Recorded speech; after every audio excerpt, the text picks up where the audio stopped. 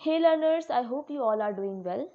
आज हम जिस फिगर ऑफ स्पीच के बारे में बात करने वाले हैं वो बहुत एक इंटरेस्टिंग सी फिगर ऑफ स्पीच है, इमेजरी।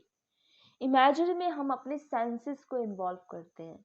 मतलब यहाँ पर ह्यूमन के सेंसेस, आपकी आईज, नोज, ईयर, टंग, स्किन, इनको इन्वॉल्व किया जाता है और इन्हीं के थ्रू डिस्क्राइब किया जाता है। ये आपके माइंड पर बहुत डीप इम्पैक्ट डालते हैं और स्टोरी में भी बहुत डीप इम्पैक्ट डालते हैं, क्योंकि यहाँ पर आपके सेंसेस वर्क करते हैं। आप उस टेक्स्ट को अपने सेंसेस से फील कर सकते हैं। कुछ जो दृश्य है वो आपके सामने दिखाई देगा, आप उसको स्मेल कर सकते हैं, उसको फील कर सकते हैं और उसे टेस्ट भी कर सकते हैं अपनी इमेजिनेशन में।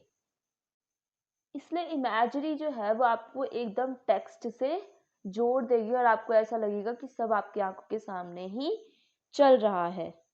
इसकी जो टाइप्स हैं उसमें हम 5 सेंसेस को इंक्लूड करते हैं। देखने के लिए विजुअल इमेजरी का यूज़ किया जाता है, सुनने के लिए ऑडिटरी इमेजरी का, फॉर स्मेल ओल्फैक्टरी इमेजरी का, टेस्ट के लिए गस्टेटरी इमेजरी का और टच के लिए टैक्टाइल इमेजरी का। देखो, इनके नाम थोड़े साइंटिफिक हैं, लेकिन आपको बस इतना ध्यान रखना है कि यहाँ पर आपको चीज़ों को अपने सेंसेस के थ्रू फील करना है। तो अब इसके एग्जाम्पल्स को देखेंगे, लेकिन मैं आपसे एक्सपेक्ट करती हूँ कि आप जो भी मैं बोल रही हूँ उसको फील करिए, ताकि आपको ये लाइंस बहुत अच्छे से समझ में आए, आपको एक्चुअली में जो इमेजरी का कॉन्सेप्ट है वो समझ में आए।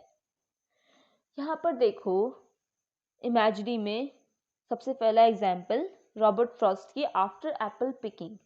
देखो, जब आप एप्पल्स को पिक करते हो, मतलब एप्पल्स को तोड़ते कहाँ से हैं हम? एक सीढ़ी पर चढ़कर ऊपर टहनियों से उसे तोड़ा जाता है, तो वो सीढ़ी लड़खड़ाती है।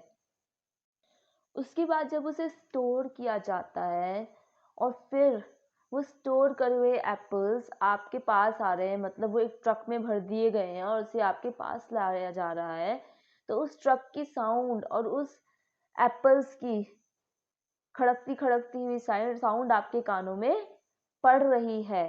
तो यहाँ पर इमेजरी का यूज किया गया है कुछ इस तरह से।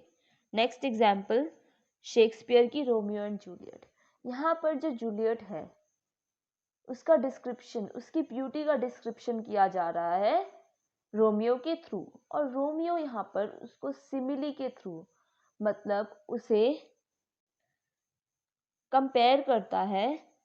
जब वो ये कहता है कि जो इथोपिया के कान के झुमके हैं वो जिस तरह से चमकते हैं, वैसे ही उसकी जूलियट की जो ब्यूटी है वो भी नाइट में चमक रही है। उसके जो चीक्स हैं वो बहुत ब्राइट हैं, वो इस तरह से ब्लश कर रहे हैं जैसे कि इथोपिया के कान के झुमके, मतलब एक ज्वेलरी से उसकी ब्यूटी को कंपेयर किया गया है।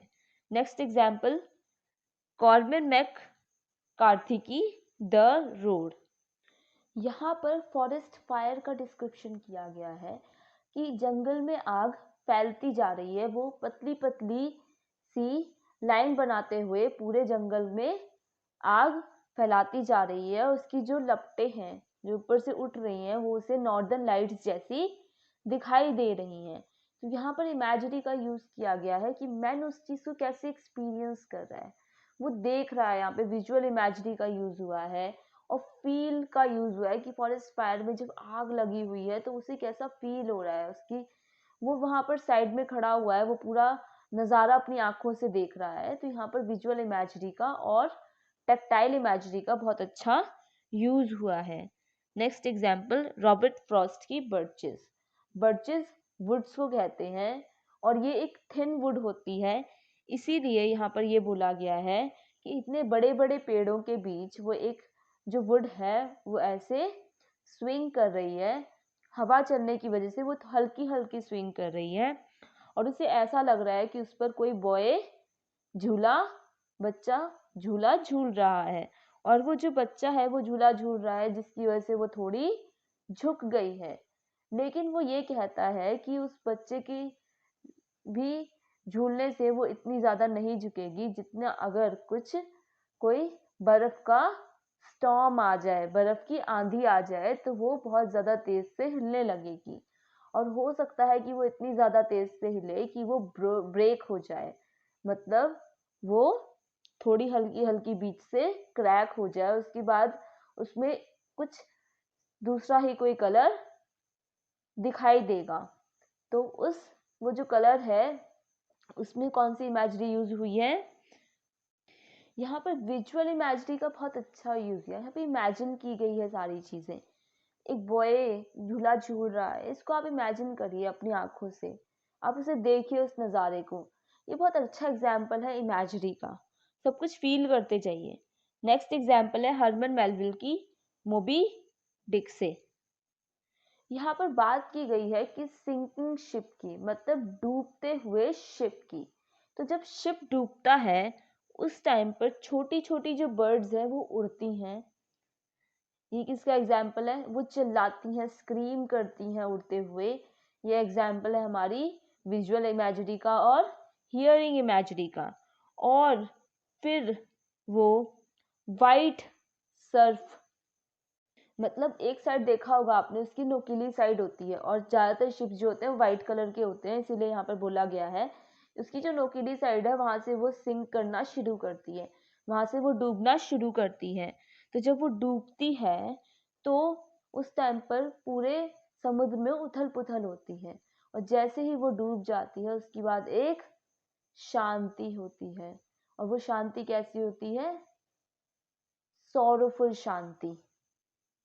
तो यहाँ पर विजुअल इमेजरी, ऑडिटरी इमेजरी का यूज किया गया है। देखिए यहाँ पर मैंने इमेजिनेशन किया है सब चीज़ों का, और आप इमेजिन करके ही अपने सेंसेस को फील कर सकते हैं। आई होप आपको ये फिगर ऑफ स्पीच समझ में आई होगी। मिलते हैं नेक्स्ट वीडियो में। Till then keep learning, keep growing.